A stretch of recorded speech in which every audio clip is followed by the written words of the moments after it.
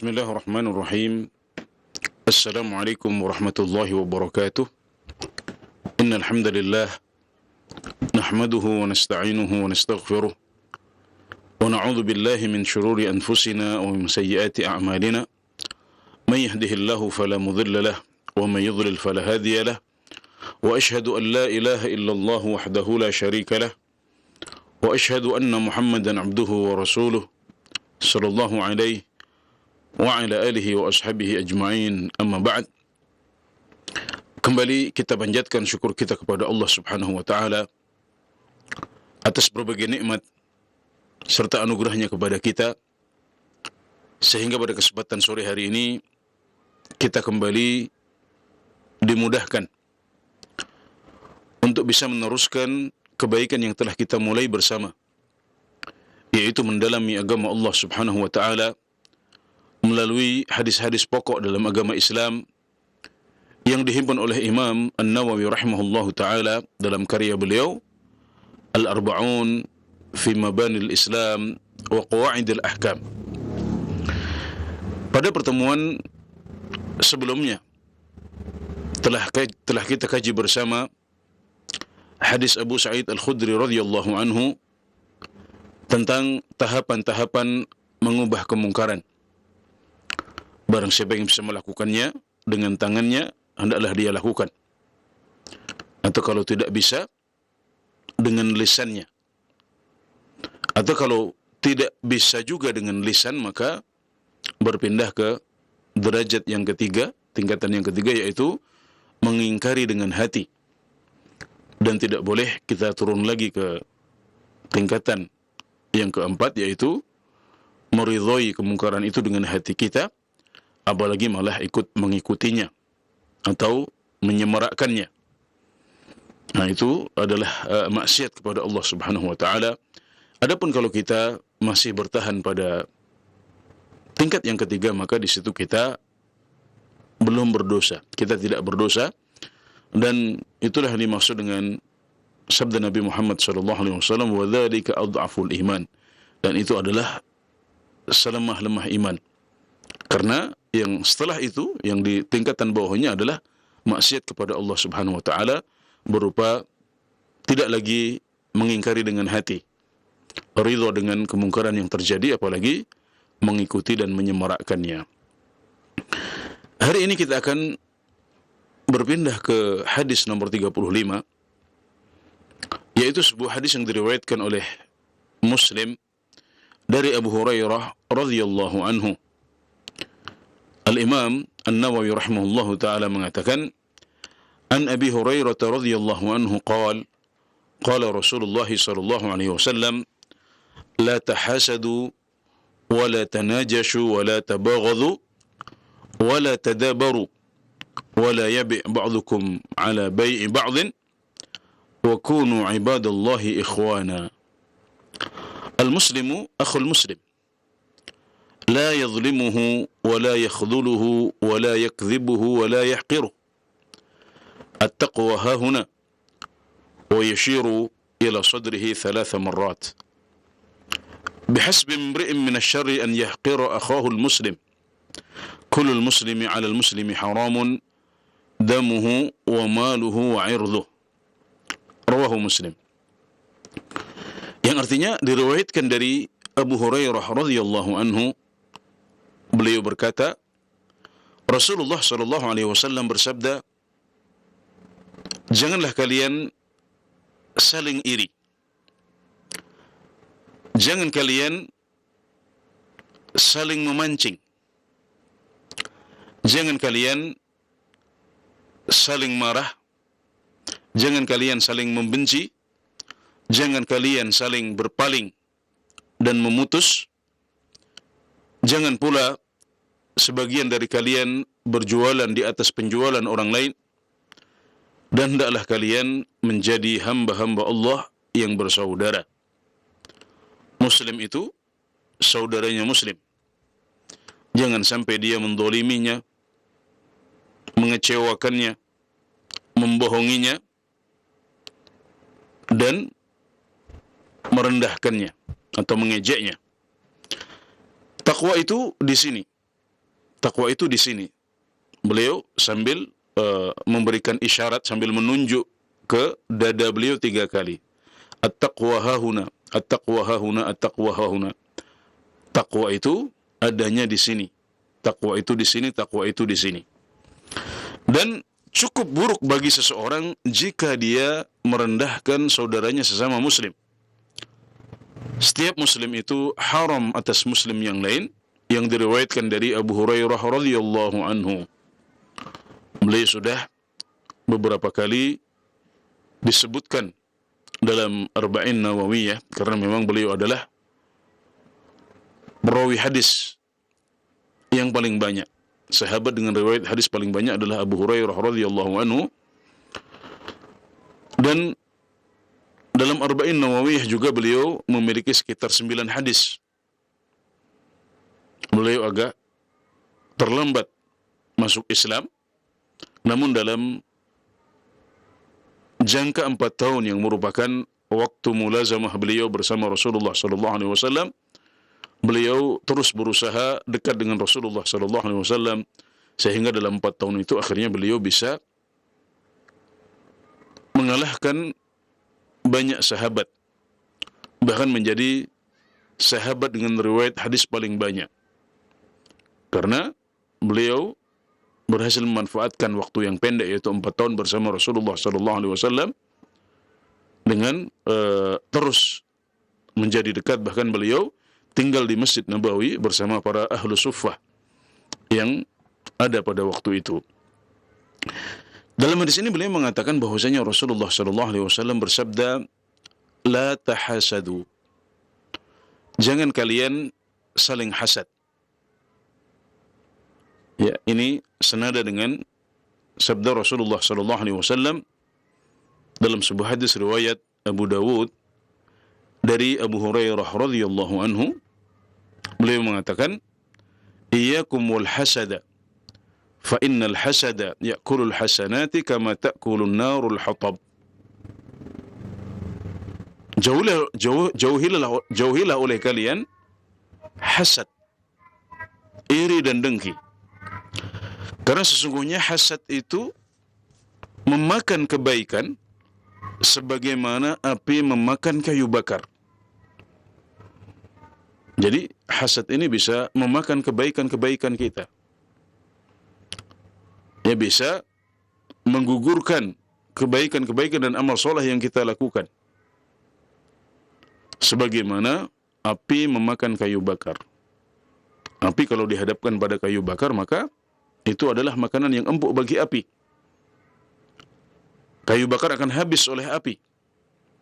Maka demikian juga dengan amal soleh.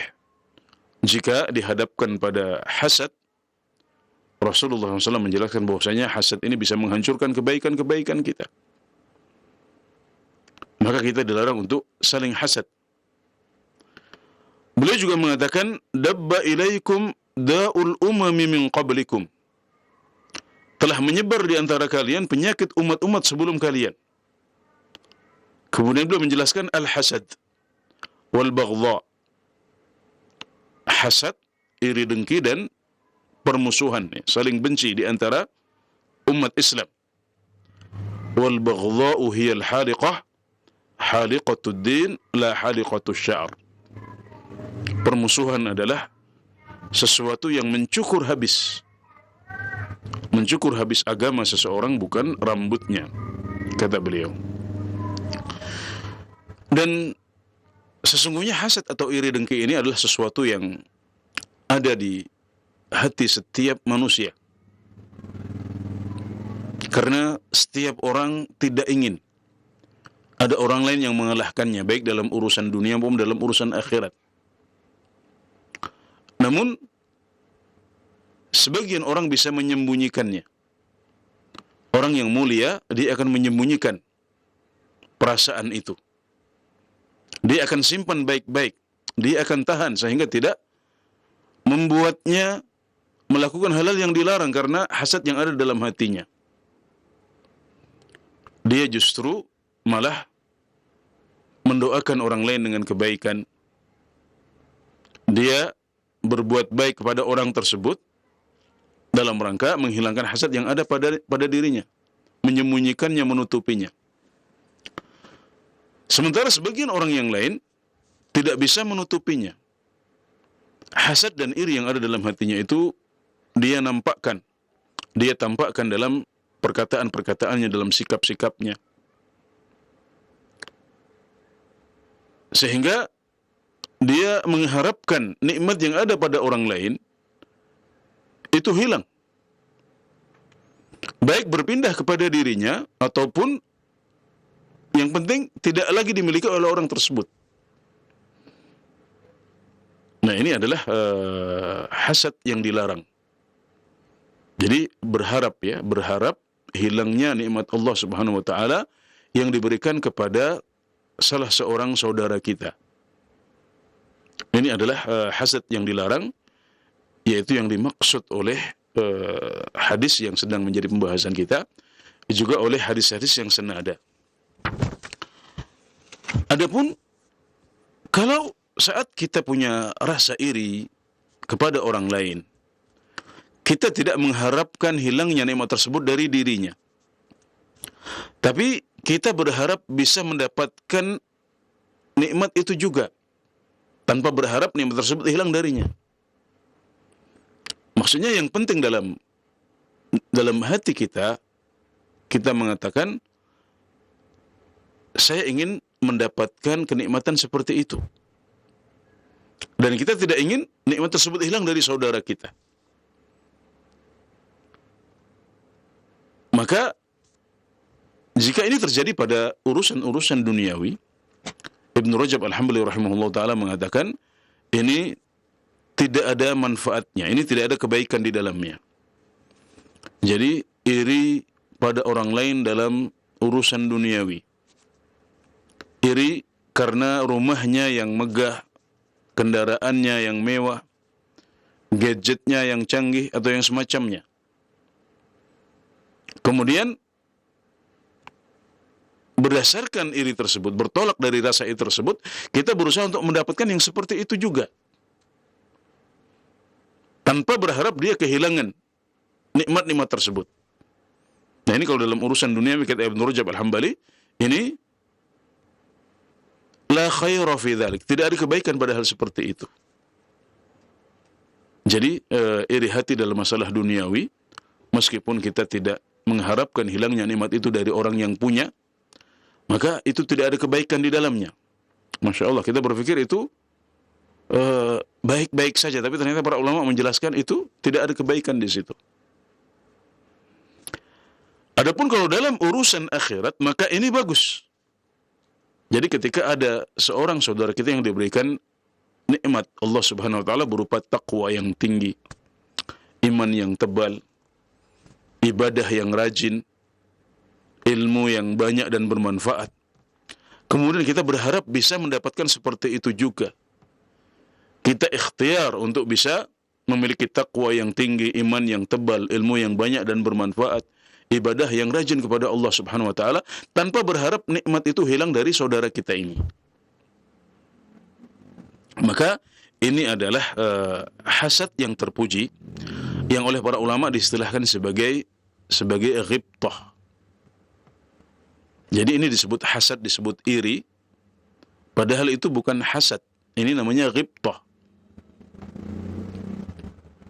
Nah, ini adalah yang dimaksud oleh Rasulullah sallallahu alaihi wasallam dalam hadis beliau yang masyhur di Sahihain, la hasada illa fi ithnain. Tidak ada hasad kecuali dalam dua perkara. Rajulun atahu Allahu malan fahuwa yunfiquhu ana al-laili wa ana an-nahar. Yang pertama, seseorang yang Allah berikan harta. Seseorang yang diberikan harta oleh Allah Subhanahu wa taala, kemudian dia menafkahkan harta ini, membelanjakannya di jalan Allah Subhanahu wa taala sepanjang malam dan siang. Nah, kita boleh hasad dengan orang seperti ini. Maksudnya ghibtah. Kita berharap bisa seperti itu, bisa memiliki harta yang banyak kemudian kita sedekahkan. Jadi bukan hartanya yang membuat kita hasad, tapi kita bercita-cita banyak sedekah, bukan banyak hartanya, tapi banyak sedekahnya itu. tanpa berharap nikmat tersebut hilang dari saudara kita. Ini yang pertama. Kemudian yang kedua, wa rajulun atahu Allahul Qur'an fahuwa yaqumu bihi ana al-laili wa ana an-nahar. Seseorang yang Allah berikan hafalan Al-Qur'an, kemudian dia salat dengan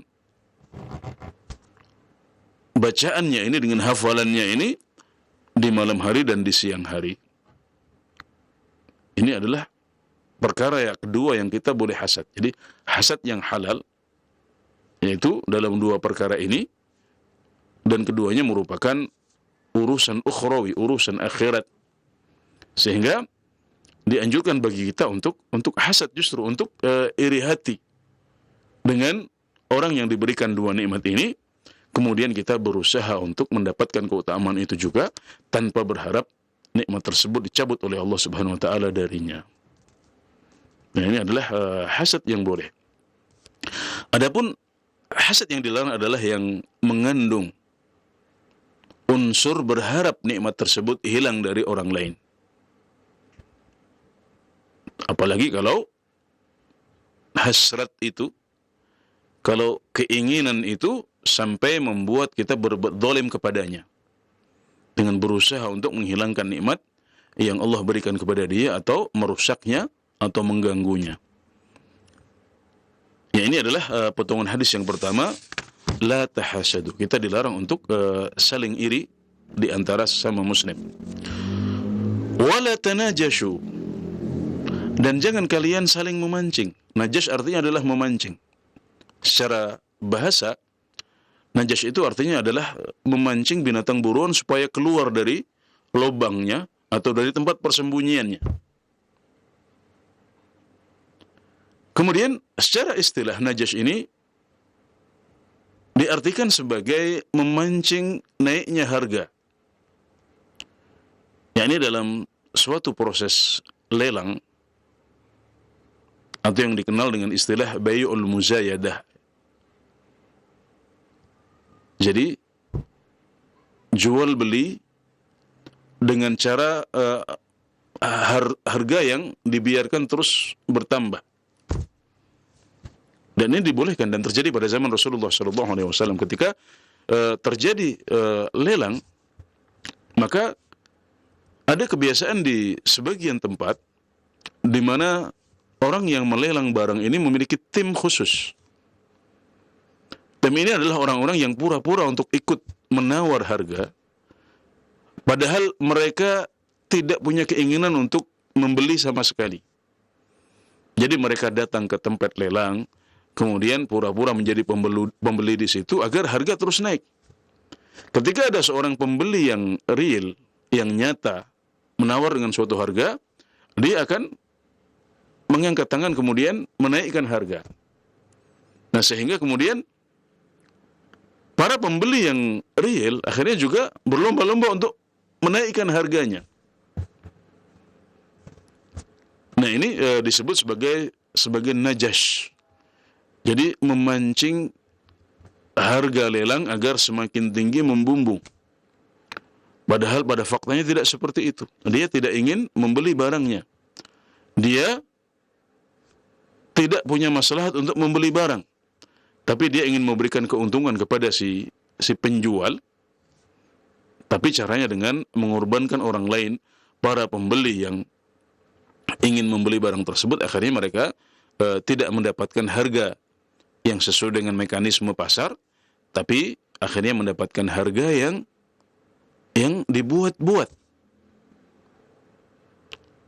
Ini juga dilarang dalam agama kita. Ini yang dimaksud dengan sabda Rasulullah sallallahu alaihi wasallam, wala tanajashu. Dan sebagian ulama menafsirkan najas dengan arti yang lebih umum, yaitu semua bentuk penipuan dalam jual beli atau yang lain, berupa memancing harga yang membumbung atau bentuk penipuan-penipuan yang lain, maka itu juga masuk dalam larangan yang kedua dalam hadis ini, yaitu wala tanajashu. Dan jangan kalian saling memancing. Jadi bisa kita terjemahkan juga dengan jangan kalian saling menipu. Nah, karena para ulama memiliki dua penafsiran untuk wala tanajashu. Yang pertama, jangan kalian saling memancing. Yang kedua, jangan kalian saling menipu. Kemudian yang ketiga adalah wala tabaghadhu. Jangan kalian saling membenci. Tadi sudah disebutkan dalam hadis yang lain bahwasanya al-baghdha hiya al-khaliqah. Saling membenci, saling memusuhi di antara sesama muslim adalah penyakit yang menghabiskan akhirat kita. Penyakit yang bisa merusak agama kita. Rasulullah SAW menyebutnya sebagai haliqah.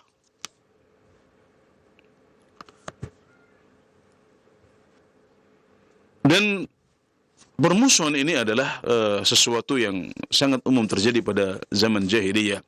Kemudian ketika Rasulullah SAW membawa Islam kepada umat beliau, maka jadilah umat Nabi Muhammad SAW hamba-hamba yang saling bersaudara dan tidak bermusuhan. Nikmat ini disebutkan oleh Allah Subhanahu wa taala dalam sebuah ayat Al-Qur'an, "Wadhkuru ni'matallahi 'alaikum idh kuntum a'daan fa'allafa baina qulubikum fa asbahtum bi ni'matihi ikhwana." Dan ingatlah nikmat Allah atas kalian ketika dahulu kalian adalah bermusuhan. Ketika dahulu kalian bermusuhan, kemudian Allah Subhanahu wa taala menyatukan hati kalian sehingga kalian menjadi bersaudara, kalian menjadi saudara-saudara dengan nikmat Allah Subhanahu wa taala. Maka nikmat ini hendaknya kita jaga. Persaudaraan muslim jangan kita hancurkan dengan saling membenci dan saling bermusuhan, karena kita disyariatkan untuk menghindari segala bentuk aksi, ya, segala bentuk perbuatan yang bisa menimbulkan permusuhan di antara muslim. Termasuk jual beli yang dilarang, najash, kemudian mulamasah, munabadah, berbagai bentuk jual beli yang dilarang. Itu hikmahnya disebutkan oleh para ulama adalah agar tidak menimbulkan permusuhan dan saling benci di antara umat Islam. Ini menjadi salah satu hikmah tersendiri. Ada banyak hal yang dilarang karena itu menimbulkan permusuhan di antara muslim. Termasuk minum khamr. Itu juga bisa menimbulkan permusuhan di antara sesama muslim. Ini menunjukkan bahwasanya persatuan umat Islam, ya, kerukunan di antara mereka ini adalah salah satu maqasidus syariah, salah satu tujuan diturunkannya syariat Islam kepada umat manusia. Dan yang dikecualikan dari saling membenci adalah membenci karena Allah Subhanahu wa taala. Adapun membenci karena Allah, membenci seseorang karena syirik yang dia lakukan, membenci seseorang karena bid'ah yang dia kerjakan, membenci seseorang karena dia memiliki banyak maksiat kepada Allah Subhanahu wa taala, maka ini disebut sebagai benci karena Allah. Dan ini diperintahkan, bahkan termasuk salah satu cabang iman yang agung. Karena Rasulullah SAW bersabda, "Awthaqu 'ural iman al-hubbu fillah wal bughdhu fillah." Tali iman yang paling kuat adalah mencintai karena Allah dan membenci karena Allah. Jadi pada umumnya kita dilarang untuk saling membenci di antara umat Islam, saling bermusuhan di antara umat Islam. Tapi kebencian karena Allah Subhanahu wa taala adalah sebuah amal soleh, ya. Kita membenci karena Allah Subhanahu wa taala, ini adalah sebuah amal soleh yang merupakan salah satu tali dan cabang iman yang sangat kuat, ya. Jadi merupakan salah satu cabang iman yang besar dan tinggi. Selanjutnya, wala tadabaru, dan jangan kalian saling memutuskan. Jangan kalian saling memutus, jangan kalian saling berpaling. Tadabur artinya adalah saling berpaling, saling tidak menyapa, saling memutus hubungan. Jadi bisa kita terjemahkan, jangan kalian saling memutus hubungan, jangan kalian saling berpaling.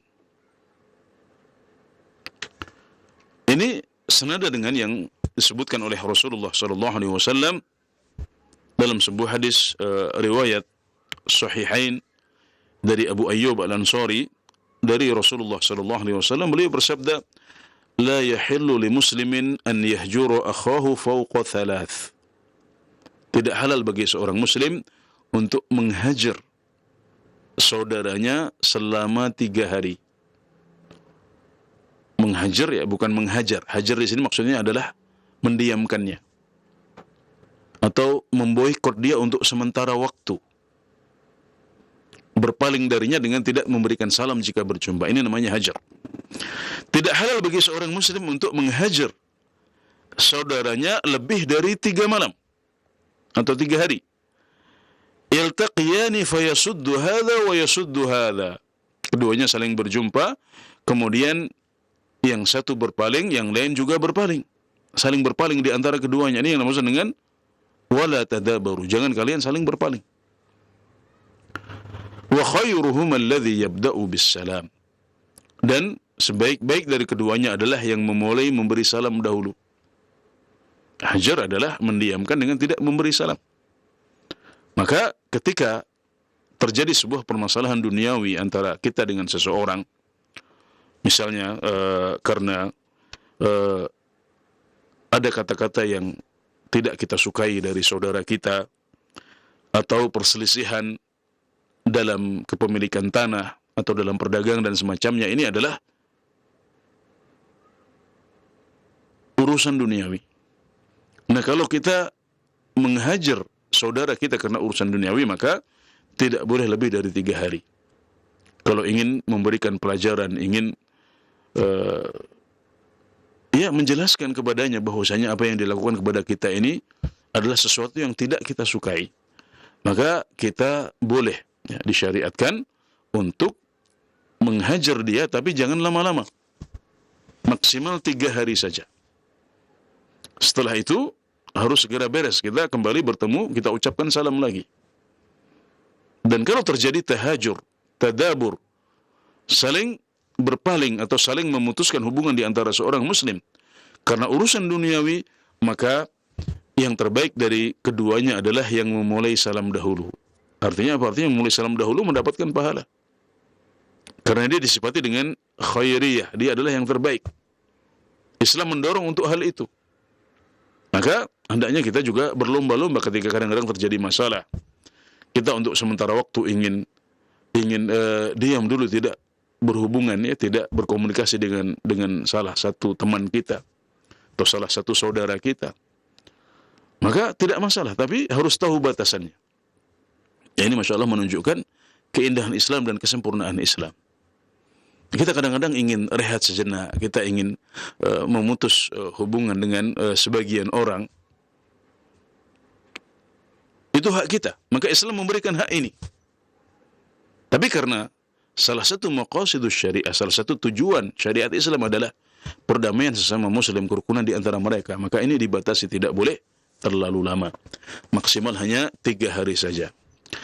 Adapun kalau hajarnya karena urusan ukhrawi, urusan akhirat, misalnya karena maksiat yang dia lakukan, yang dia miliki, maka ini tidak terbatas pada 3 hari. Sebagaimana Rasulullah sallallahu alaihi wasallam menghajar Ka'ab bin Malik dan orang-orang yang tidak ikut berangkat dalam Ghazwatut Tabuk, dalam perang Tabuk, selama 50 hari. Sampai turun ayat pengampunan untuk mereka. Baru kemudian setelah itu Rasulullah sallallahu alaihi wasallam meninggalkan hajar beliau kepada mereka. Ka'ab bin Malik mengatakan pada waktu itu, ketika mereka berjumpa dengan Rasulullah SAW, mereka memberikan salam. Tapi Rasulullah SAW tidak menjawab salam mereka. Ka'ab bin Malik menceritakan bahwasanya saya dengan sengaja melihat apakah bibir Rasulullah SAW bergerak untuk menjawab salam kami. Barangkali beliau menjawab dengan suara pelan. Tapi ternyata bibir beliau tidak bergerak. Artinya Rasulullah SAW tidak menjawab salam beliau dan teman-teman beliau yang tidak ikut berangkat dalam Ghazwatut Tabuk karena suatu alasan yang tidak bisa diterima. Maka ini adalah contoh hajar karena urusan akhirat yang dilakukan oleh Rasulullah SAW.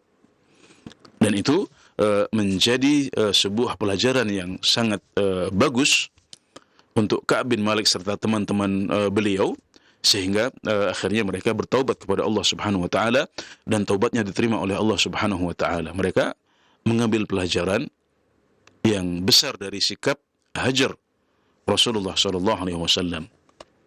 Ya, adapun hajar untuk maslahat, untuk urusan akhirat, maka ini dikembalikan kepada maslahat yang tidak ada batasannya dan tidak dibatasi dengan waktu 3 hari seperti hajar dalam urusan-urusan duniawi.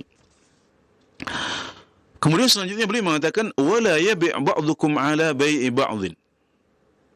Dan janganlah seorang di antara kalian menjual di atas penjualan orang lain. Apa itu yang dimaksud dengan menjual di atas penjualan orang lain? Ketika telah terjadi transaksi jual beli, ya sudah beres jual belinya, tapi antara penjual dan pembeli masih terikat khiyar, baik itu khiyar majlis, di mana keduanya belum berpisah, beliau masih berada di tempat transaksi di toko yang sama dan belum berpisah.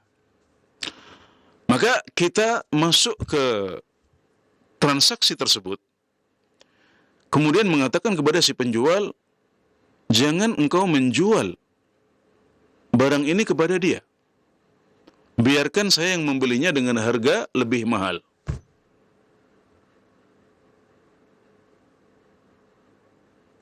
Ini berarti membeli di atas pembelian orang lain. Ya, seseorang sudah menjual kepada orang lain, kemudian kita menawarkan harga yang lebih mahal kepada orang tersebut sehingga dia akan membatalkan jual belinya kepada orang lain. Atau sebaliknya kita datang kepada si pembeli ketika keduanya masih terikat khiyar. Khiyar itu artinya mereka masih bisa membatalkan jual beli itu. Kemudian kita mengatakan kepada si pembeli, jangan engkau beli barang ini. Saya punya barang yang lebih baik. Saya akan menjualnya kepadamu dengan harga yang sama. Atau saya punya barang yang sama tapi harganya lebih murah. Jangan beli dari dia. Nah, ini adalah al-bai' ala bai' akhi. Menjual di atas penjualan orang lain atau membeli di atas pembelian orang lain. Kita bisa bayangkan kalau kita yang berada dalam posisi itu. Kita sudah menjual, sudah deal, sudah transaksi, tapi ternyata kemudian masuk ada saudara kita, ya katanya sama-sama muslim, sama-sama satu agama, tapi memperlakukan kita seperti itu. Tentunya kita akan sakit hati dengan hal seperti itu. Ini termasuk perkara yang bisa menimbulkan baghdha, permusuhan di antara sesama muslim. Maka ini juga dilarang dalam agama kita. Wala yabi' ba'dukum ala bai'i akhi. Dan janganlah seorang di antara kalian, janganlah sebagian dari kalian menjual di atas penjualan orang lain. Dan dalam hadis yang lain juga tidak boleh memberikan penawaran di atas penawaran orang lain. Wala yasum ba'dukum ala sawmi ba'dhin. Dan janganlah seseorang di antara kalian menawar di atas penawaran orang lain. Bedanya kalau penawaran ini sebelum transaksi terjadi. Sedangkan menjual di atas penjualan orang lain atau membeli di atas pembelian orang lain itu terjadi setelah transaksi beres. Tapi mereka masih terikat khiyar. Mereka masih bisa membatalkan jual beli itu baik karena mereka belum berpisah dari majelisnya atau mereka mensyaratkan ada khiyar. Misalnya seorang pembeli mengatakan, saya membeli dari Anda barang ini dengan syarat saya diberikan waktu untuk pikir-pikir selama 1 pekan misalnya. Ini namanya khiyarus syarat, yang mensyaratkan khiyar atau opsi untuk membatalkan transaksi dalam jangka 1 pekan. Jadi kita tidak boleh untuk menjual di atas penjualan orang lain, yaitu setelah transaksi beres maupun ketika masih terjadi transaksi, yaitu tawar-menawar di antara kedua belah pihak. Keduanya sama-sama dilarang dalam 2 hadis yang berbeda. Selanjutnya Nabi Muhammad SAW mengatakan, wa kunu ibadallahi ikhwana, dan jadilah kalian saudara. Jadilah kalian hamba-hamba Allah yang bersaudara. Nah, ini adalah illah atau alasan dari semua larangan tadi itu. Tidak boleh saling hasad, tidak boleh saling bermusuhan, tidak boleh saling najash, ya, tidak boleh saling memancing, tidak boleh saling memutuskan hubungan, tidak boleh membeli di atas pembelian orang lain. Kenapa? Karena kita semuanya adalah saudara seiman. Kita semuanya adalah saudara satu agama. Saudara satu agama itu lebih kuat ikatannya daripada saudara satu darah. Ini yang dimaksud dengan firman Allah Subhanahu wa taala, innamal mu'minuna ikhwah. Sesungguhnya orang-orang yang beriman itu saling bersaudara di antara mereka. Maka jangan saling benci, jangan saling iri, jangan saling memancing, jangan saling menipu, jangan saling hajar, jangan saling menjual di atas penjualan orang lain. Semuanya itu tidak boleh. Selayaknya kita menjadi saudara-saudara yang saling menunaikan kewajiban dan hak sesama saudara seiman, dengan mengucapkan salam ketika berjumpa, menjenguk jika ada yang sakit, mengantarkan jenazah jika ada yang meninggal, merawatnya, ya, menyolatkannya, ikut dalam pemulasaran jenazah dia, menjawabnya jika diundang, dan berbagai hal yang telah dijelaskan oleh Rasulullah SAW. Juga dianjurkan saling memberikan hadiah, sebagaimana sabda Rasulullah SAW, tahadaw tahabbu. Hendaklah kalian saling memberikan hidayah, niscaya kalian akan saling mencintai.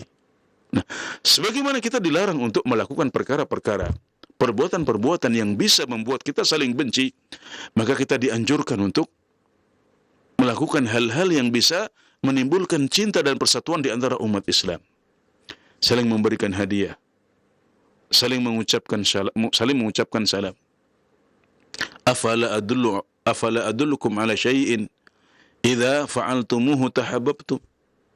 Kata Rasulullah SAW, maukah kalian aku tunjukkan kepada sesuatu yang jika kalian lakukan maka kalian akan saling mencintai? Afshus salama bainakum. Sebarkanlah salam di antara kalian. Ini bisa menimbulkan cinta. Masya Allah, ada banyak orang yang tersapa, ada banyak orang yang mencintai hidayah, ada banyak orang yang menjadi rajin beribadah kepada Allah Subhanahu wa taala karena dia tersentuh dengan hal yang sederhana, misalnya salam. Ya, karena ada yang mengucapkan salam kepadanya, maka dia pun menjadi tersentuh. Maka hal yang sederhana seperti ini bisa membuat orang tersapa oleh hidayah. Kemudian Nabi Muhammad SAW mengatakan, al-muslimu akhul muslim. Seorang muslim itu adalah saudara bagi muslim yang lain.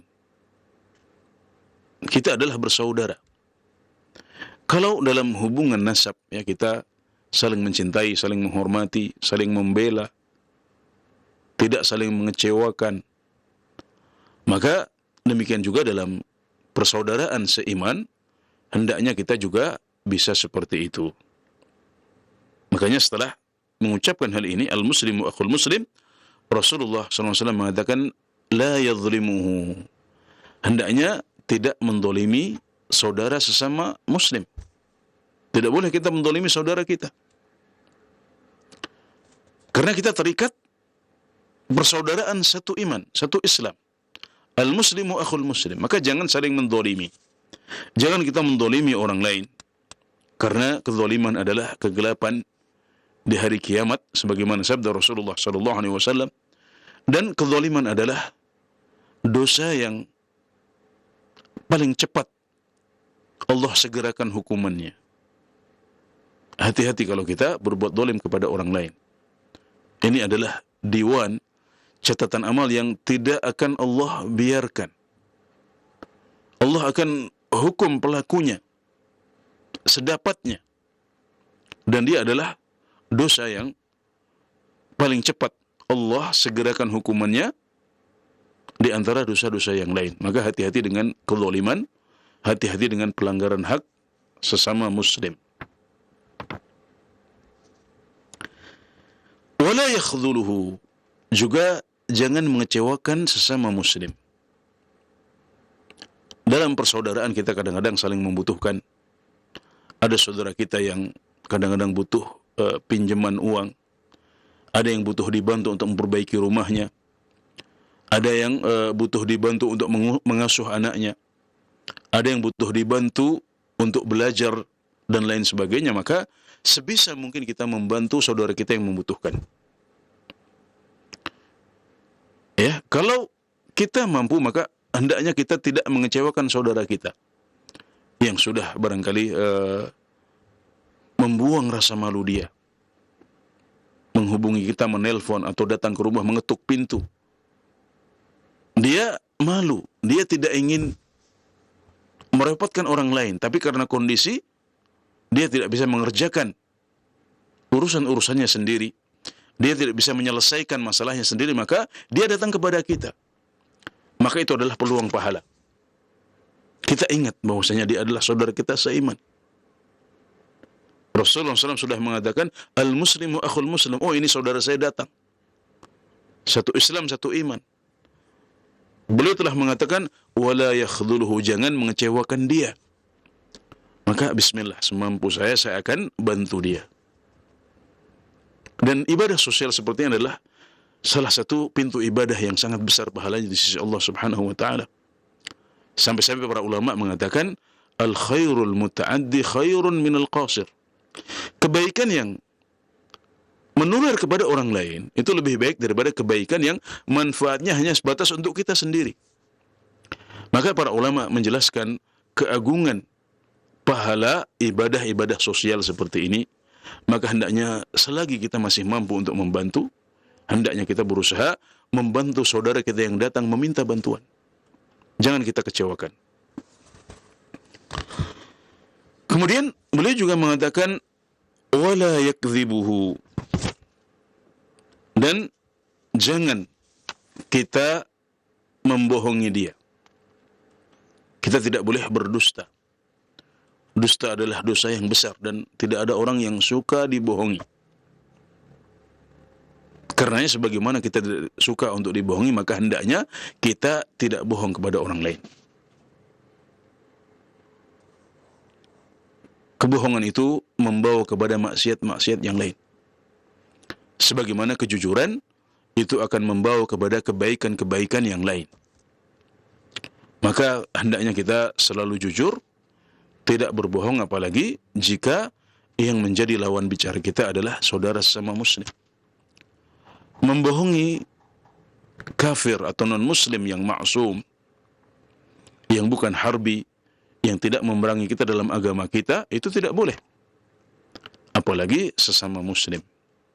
Nah, jadi larang-larang ini juga berlaku untuk mereka yang masih non-muslim tapi mereka terlibat perjanjian dengan kita. Ya, ada mitsaq, ada perjanjian, atau mereka mendapat perlindungan di negara tempat kita tinggal. Maka kita tidak boleh untuk menyerang mereka, tidak boleh untuk membohongi mereka, tidak boleh untuk menjual di atas penjualan mereka.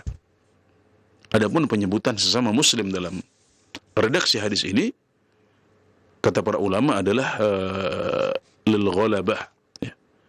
Ini karena itu yang paling sering terjadi. Taghliban, ya, litaghlib.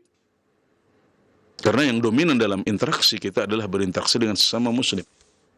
Tapi bukan berarti kita boleh berlaku zalim kepada saudara-saudara kita, ya, kepada orang-orang non-muslim,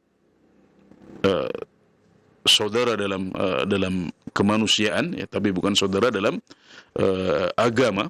Tapi mereka tidak memusuhi kita dan tidak memerangi kita. Maka mereka mendapatkan hak yang sama dengan muslim untuk dihormati, untuk tidak dizalimi. Jadi penyebutan sesama muslim dalam hadis-hadis larangan kezaliman itu maknanya adalah makna taghlib, yaitu menunjukkan itulah yang dominan dalam interaksi kita. Adapun orang-orang non-muslim, maka mereka tetap tidak boleh untuk kita zalimi, kita bohongi dan sebagainya. Kemudian Rasulullah SAW mengatakan wala yahqiruh, dan jangan pula kita merendahkan atau mengejek saudara sesama muslim. Kemudian beliau mengatakan at-taqwa hahuna. Taqwa itu di sini 3 kali. At-taqwa hahuna, at-taqwa hahuna, at-taqwa hahuna, sambil menunjuk ke dada beliau. Artinya apa? Artinya kita kadang-kadang menghina atau merendahkan orang lain karena melihat dia lemah dalam urusan duniawi, melihat dia kurang dalam urusan duniawi. Jadi yang membuat kita merendahkan dia adalah hal-hal yang lahir, urusan dunia, kendaraannya, hartanya, rumahnya, kemampuannya, skillnya, ilmunya. Itu yang membuat kita merendahkan orang lain. Padahal kata Rasulullah SAW, taqwa yang menjadi patokan penilaian oleh Allah Subhanahu Wa Taala itu di sini, di hati. Betapa banyak orang yang kelihatan lemah, kelihatan kurang, kemudian karena itu mereka dianggap remeh, direndahkan di dunia. Mereka memiliki hati yang lebih bersih. Mereka memiliki jiwa yang lebih suci daripada jiwa kita. Maka mereka lebih tinggi kedudukannya di sisi Allah Subhanahu Wa Taala. Karena Allah tidak melihat harta kita, Allah tidak melihat rumah kita, Allah tidak melihat kendaraan kita, tapi Allah melihat kepada hati kita dan amalan kita. Maka orang-orang yang lemah, yang biasa direndahkan, kalau mereka adalah orang-orang yang memiliki jiwa yang suci, amalan yang banyak, maka mereka yang lebih tinggi kedudukannya di sisi Allah Subhanahu Wa Taala. Karena dengan begitu takwa mereka lebih tebal daripada takwa kita. Dan Allah Subhanahu Wa Taala berfirman, Inna akramakum indallahi atqakum. Sungguh orang yang paling bertakwa di antara kalian, sungguh orang yang paling mulia di antara kalian adalah yang paling bertakwa di antara kalian. Jadi inilah aturan Allah Subhanahu Wa Taala. Inilah patokan dan parameter yang adil, timbangan yang tidak bias yang diberikan oleh Allah Subhanahu Wa Taala untuk umat ini. Jadi kita semuanya sama di hadapan Allah Subhanahu Wa Taala. Tidak ada yang lebih baik kecuali dengan takwa di sisinya.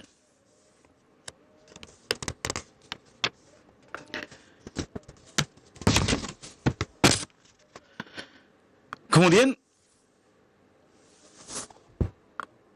Rasulullah SAW mengatakan bihasbi imri'in minasyarri an yahqira akhahul muslim. Dan cukuplah buruk bagi seseorang jika dia merendahkan saudaranya sama muslim. Artinya menghina dan merendahkan bukanlah sifat seorang muslim. Kalau ada seorang muslim yang merendahkan saudaranya, maka itu sudah cukup untuk membuat dia dianggap buruk dalam agama kita. Kata Syekh Abdul Muhsin Al-Abbad hafizahullah ta'ala saat mensyarah hadis ini, jadi kalau seandainya dia tidak punya keburukan kecuali merendahkan saudara sesama muslim, maka itu sudah cukup untuk membuat dia dicap buruk dalam kacamata Islam, dari kacamata Islam. Karena Rasulullah SAW mengatakan bihasbi imri'in minasyari an yahqira akhahul muslim. Cukup buruk bagi seseorang, cukup sebagai keburukan bagi seseorang jika dia merendahkan atau menghina saudaranya sesama muslim. Ini adalah makna hadis ini. Dan dalam sebuah hadis yang diriwayatkan oleh Al-Bukhari dari Sahal bin Sa'ad As-Sa'idi radhiyallahu anhu disebutkan bahwasanya seseorang melewati Rasulullah sallallahu alaihi wasallam, maka seseorang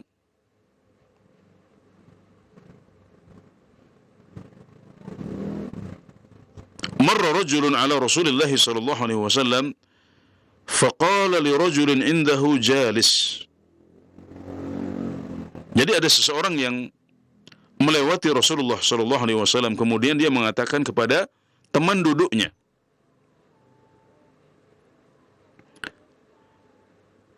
Dia mengatakan kepada seorang temannya yang sedang duduk di situ,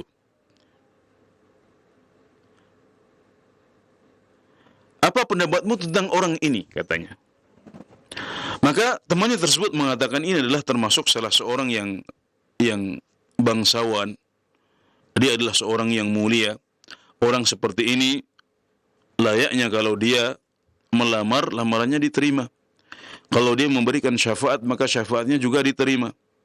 Dan jika dia berbicara, maka kita dengarkan pembicaraan dia. Maka kemudian Nabi Muhammad SAW dia mendengar obrolan tersebut. Oh ya, ini saya ulangi ya, terjemahannya adalah bahwasanya ada seseorang yang lewat di depan Rasulullah SAW. Kemudian Rasulullah SAW mengatakan kepada orang yang duduk di situ, beliau bertanya tentang pendapat orang yang duduk bersama Rasulullah SAW tentang orang yang baru lewat tadi. Orang tersebut mengatakan, Rasulullah SAW mengatakan kepada orang yang duduk ini, "Apa pendapatmu tentang orang yang baru lewat tadi?" Maka orang yang ditanya, sahabat yang ditanya mengatakan, dia adalah termasuk orang yang bangsawan. Dia adalah orang yang mulia, dan orang seperti ini kalau dia melamar, alangkah pantasnya kalau lamarannya diterima.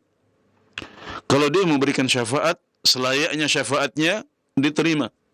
Dan kalau dia berbicara, maka selayaknya ucapannya kita dengarkan. Maka mendengar jawaban itu, Nabi Muhammad SAW diam. Kemudian lewatlah orang kedua, dan Rasulullah SAW mengatakan, "Ma ra'yuka fi hadha?" Kalau tentang orang ini, apa pendapatmu? Orang yang kedua. Orang tersebut mengatakan, "Wahai Rasulullah, ini adalah seorang fakir, salah satu fuqara dari umat Islam, dan orang seperti ini kalau dia melamar, selayaknya tidak diterima lamarannya. Kalau dia memberikan syafaat, selayaknya ditolak syafaatnya. Dan kalau dia berbicara, maka selayaknya ucapannya tidak didengar." Maka Rasulullah SAW mengatakan, "Hadza khairun min mil'il ardi mithla hadza." Orang ini, ya, orang yang kedua yang direndahkan tadi, yang secara lahiriah orang miskin, itu lebih baik dari seisi dunia. Jadi kadang-kadang manusia melihat lahirnya saja. Padahal yang terjadi, orang yang dianggap remeh, orang yang dipandang hina, orang yang direndahkan, orang yang dirundung atau dibuli, itu justru adalah orang-orang yang lebih mulia di sisi Allah Subhanahu wa taala. Makanya beliau mengatakan, ini orang yang kamu anggap remeh, yang kamu sifati dengan sifat-sifat yang buruk ini, lebih baik daripada seisi bumi semuanya. Masya Allah. Maka hendaknya kita tidak hanya melihat hal-hal yang lahir saja. Itu semuanya tidak pernah dilihat oleh Allah Subhanahu wa taala, karena yang dijadikan patokan adalah takwa. Dan takwa itu adanya dalam hati.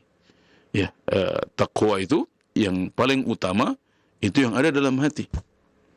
Dan biasanya yang ada dalam hati itu akan kelihatan dalam ibadah kita, dalam amalan kita, dalam lisan kita, dalam tangan dan kaki kita semuanya. Kemudian di akhir hadis Rasulullah SAW mengatakan, "Kullul muslimi 'alal muslimi haramun damuhu wa maluhu wa 'irduhu." Setiap muslim itu haram atas muslim yang lain, yaitu pada darahnya, pada hartanya, dan juga pada kehormatannya. Ini adalah salah satu prinsip dasar Islam yang disampaikan oleh Rasulullah SAW dalam forum-forum akbar yang dicatat oleh umat Islam. Rasulullah SAW mengucapkan potongan hadis yang terakhir ini dalam haji wada 3 kali, yakni pada hari penyembelihan tanggal 10 Dzulhijjah, kemudian hari Arafah tanggal 9 Dzulhijjah, dan juga pada hari kedua, hari Tasyrik, saat melempar jumrah. Kembali Rasulullah SAW mengikrarkan hal ini, bahwasanya muslim itu haram atas muslim yang lain. Tidak boleh dilanggar darahnya, darahnya haram, ya, tidak boleh dibunuh, tidak boleh diserang, tidak boleh ditumpahkan darahnya sama sekali, baik untuk dibunuh ataupun dilukai. Itu haram dalam agama kita. Juga hartanya haram, tidak boleh dicuri, tidak boleh dirampok, tidak boleh diambil tanpa izin dari pemiliknya. Karena pada dasarnya harta seorang muslim adalah haram atas muslim yang lain. Wa irduhu, demikian juga kehormatannya. Tidak boleh kita serang kehormatannya, tidak boleh kita ghibai, tidak boleh kita omongkan kejelekannya, tidak boleh kita rendahkan, tidak boleh kita hina. Ini semuanya adalah haram atas kita, maka hendaknya kita berhati-hati dengan darah seorang muslim. Hati-hati dengan harta seorang muslim. Juga hati-hati dengan kehormatan seorang muslim.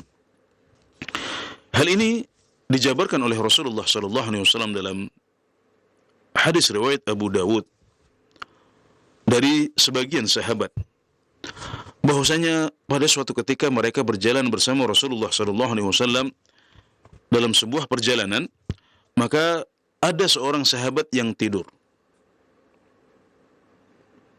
Kemudian sahabat yang lain menakut-nakuti dan mengagetkan sahabat yang tidur ini dengan mengambil tali yang ada pada dia. Maka kemudian sahabat yang sedang tidur ini terkejut. Maka melihat hal itu, Rasulullah SAW mengatakan, la yahillu li muslimin an yurawwi'a musliman. Tidak boleh bagi seorang muslim, tidak halal bagi seorang muslim untuk membuat sesama muslim takut. Nah, sekedar mengejutkan seperti itu saja enggak boleh. Ini hati-hati yang di zaman kita ini sekarang ada banyak orang yang membuat video-video prank, ya, menakut-nakuti sesama muslim meskipun hanya dengan bercanda, meskipun hanya untuk bercanda. Ini termasuk dalam larangan ini. Kemudian dalam hadis yang lain yang diriwayatkan oleh Al-Bukhari dan Muslim dari Ibnu Mas'ud, beliau mengatakan bahwasanya Rasulullah SAW bersabda, "Idza kuntum thalathatan fala yatanajathnan duna ats-tsalits fa inna dzalika yuhzinuhu." Jika kalian berkumpul 3 orang, maka janganlah yang 2 orang saling berbisik-bisik sesama mereka tanpa orang yang ketiga, karena bisik-bisik mereka berdua itu membuat orang yang ketiga sedih. Masya Allah, dalam Islam sampai hal seperti ini diperhatikan. Kita kadang-kadang ada dalam satu majelis kecil, ya 3 orang. Ya. Kalau majelisnya banyak, ya orang ketiga tersebut bisa ngobrol dengan yang lain. Tapi kalau hanya bertiga, maka saling bisik di antara 2 orang itu akan membuat orang yang ketiga bersedih. Maka ini dilarang dalam agama kita. Hal tersebut membuat orang itu sedih. Ya, kita dilarang. Dia punya kehormatan, dia punya perasaan yang tidak boleh kita sakiti. Dan menyakiti seorang muslim ini dilarang. Tidak boleh kita menyakiti sama muslim, mengganggu dia, sebagaimana firman Allah Subhanahu wa taala, "Walladzina yu'dzuna al-mu'minina wal mu'minat bighairi maktasabu faqad ihtamalu buhtanan wa itsman mubina."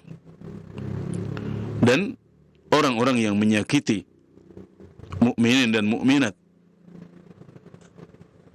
karena sesuatu yang tidak mereka lakukan, maka mereka telah menanggung kedustaan dan dosa yang besar. Nah, ini adalah ancaman untuk mereka yang terbiasa atau banyak menyakiti umat Islam. Hati-hati dengan menyakiti umat Islam. Ini juga di zaman kita melihat ada orang-orang yang begitu mudah menyakiti umat Islam, menyerang umat Islam, ya, menertawakan agama mereka, mengejek sunnah yang mereka perjuangkan dan mereka amalkan. Ini termasuk menyakiti umat Islam.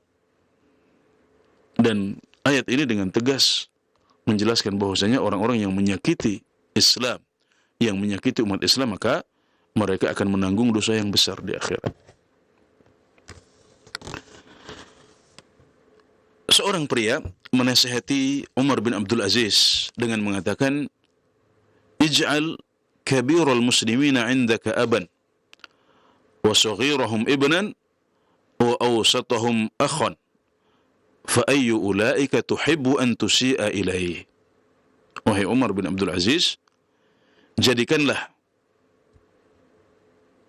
muslim yang tua sebagai bapakmu, muslim yang kecil atau muda sebagai anakmu, dan muslim yang tengah-tengah sebagai saudaramu. Maka siapa dari mereka yang ingin engkau ganggu? Siapa dari mereka yang ingin engkau lukai? Apakah engkau ingin melukai bapakmu, anakmu, atau saudaramu? Tidak. Kita tidak ingin melukai ayah kita, anak kita, atau saudara kita. Maka muslim itu antara tiga pilihan ini, ada tiga kelompok ini. Kalau mereka adalah orang tua, maka anggap itu sebagai bapak kita. Kalau mereka masih kecil, anak-anak kita anggap sebagai anak-anak kita. Dan kalau dia seumuran dengan kita, kita anggap sebagai saudara kita. Maka kita mencintai mereka semuanya dan ingin memberikan yang terbaik untuk mereka, ya, berbakti kepada ayah kita, menyayangi anak-anak kita, dan menghormati saudara kita. Sementara Yahya bin Mu'adz Ar-Razi rahimahullahu ta'ala mengatakan, hendaknya bagian seorang muslim darimu itu 3. Hendaknya jatah seorang muslim darimu itu 3.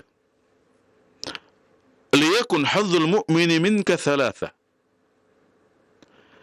Illam tanfa'ahu fala tadhurruh. Yang pertama, kalau engkau tidak bisa memberikan manfaat untuk dia, maka jangan bahayakan dia. Wa illam tufrihu fala taghummah. Kalau engkau tidak bisa membuat dia bahagia, maka jangan buat dia sedih.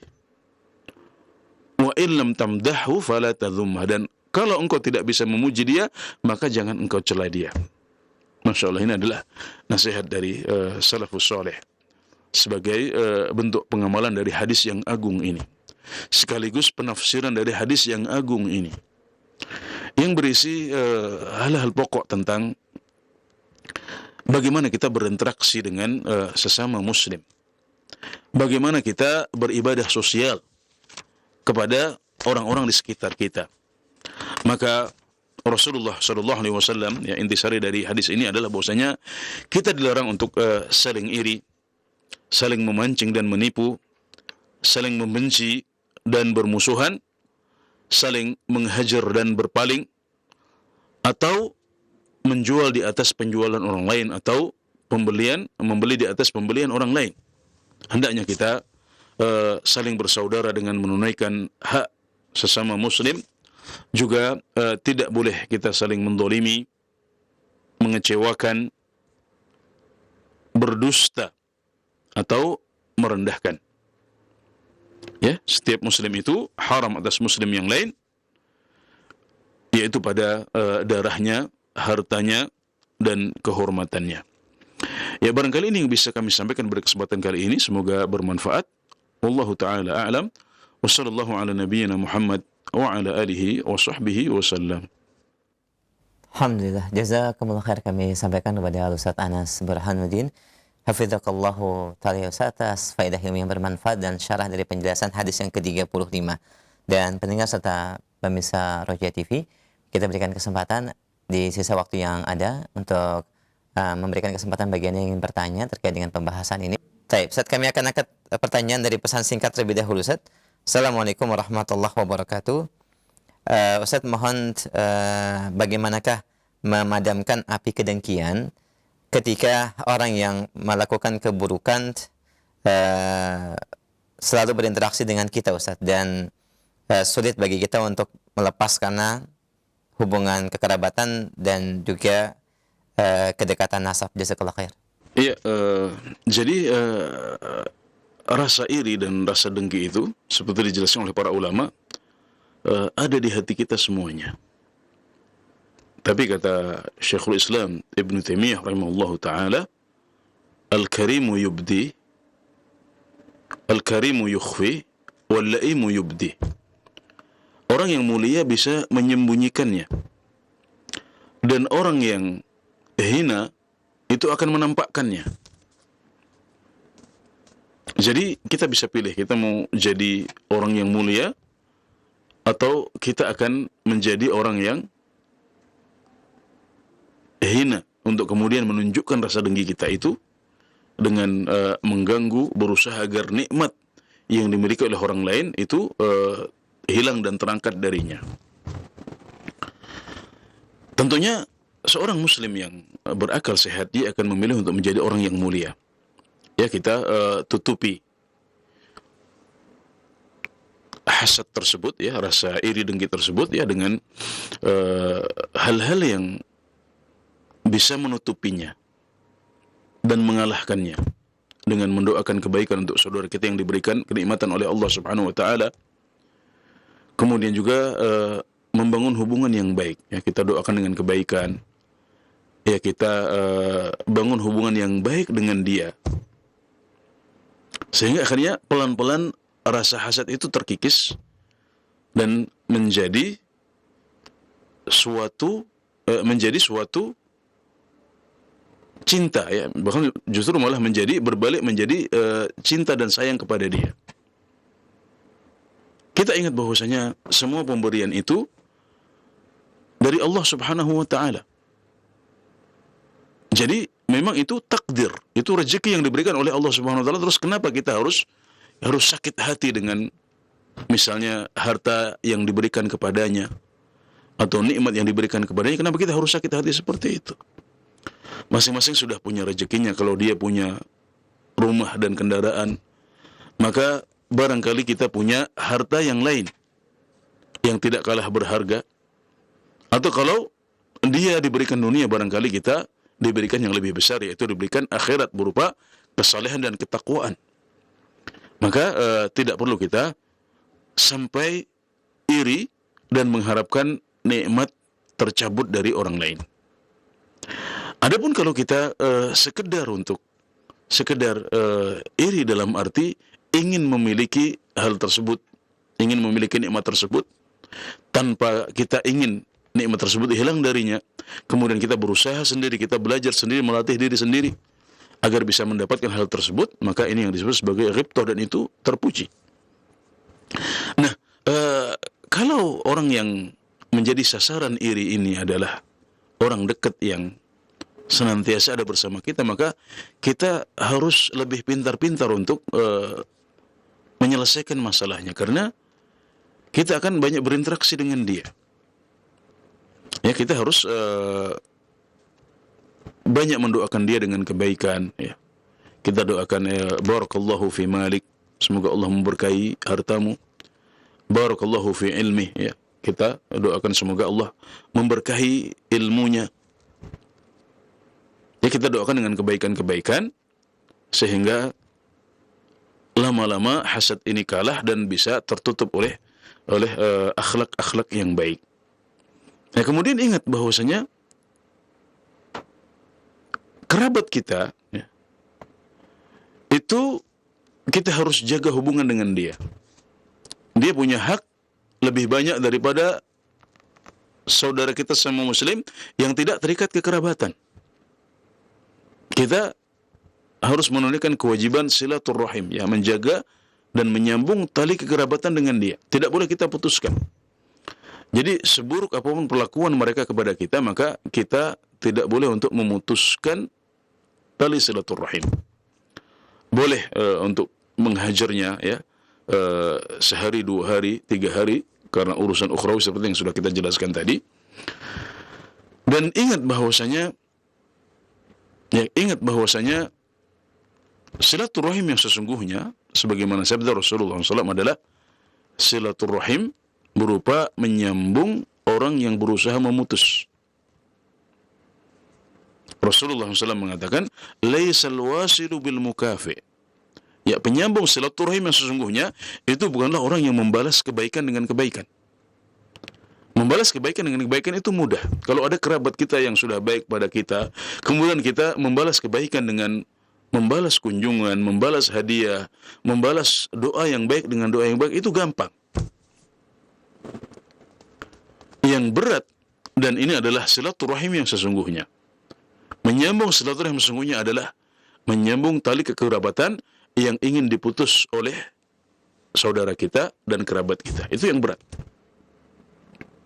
Jadi ketika Anda dihadapkan pada ancaman terputus silaturahim dengan saudara Anda karena keburukan-keburukan yang dia lakukan dan karena tindakan yang mereka lakukan, maka kita ingat hadis ini bahwasanya silaturahim sesungguhnya adalah berusaha menyambung tali yang ingin diputus oleh orang lain.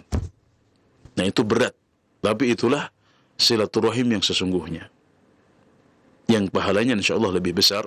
Maka hendaknya kita bersabar ya, sehingga kita bisa meraih pahala dari hal-hal negatif seperti ini. Seorang muslim itu bisa mengubah hal negatif menjadi positif.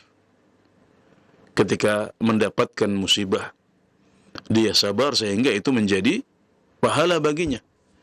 Ketika dia mendapatkan pemutusan silaturahim, dia anggap ini adalah jalan pahala. Oke, saya akan berusaha menyambung meskipun ditolak berkali-kali, berkunjung terus. Mengucapkan salam, telepon, SMS, meskipun ditolak, tapi kita berusaha untuk terus menyambung karena kita meyakini ada pahala besar di balik semua upaya itu. Karena itulah silaturahim yang sejati dan sesungguhnya, yang lebih sulit daripada sekedar membalas kebaikan kerabat yang sudah baik dahulu. Ya, demikian, semoga sesuai dengan pertanyaannya dan menginspirasi. Nah, jazakallah khair atas penjelasan dan juga jawaban yang disampaikan. Barakallahu fiik, dan ini merupakan jawaban yang bermanfaat insyaallah bagi yang bertanya dan bagi kita semua. Dan karena keterbatasan waktu yang ada dan sudah masuk waktu maghrib di Jember, kami cukupkan Ustaz sebagai kesimpulan dan ikhtitam dari pembahasan hadis sore hari ini. Kami persilahkan Ustaz. Ya, alhamdulillah pada kesempatan hari ini kita mempelajari salah satu hadis yang bisa dikatakan merupakan hadis pokok ya dalam ibadah sosial.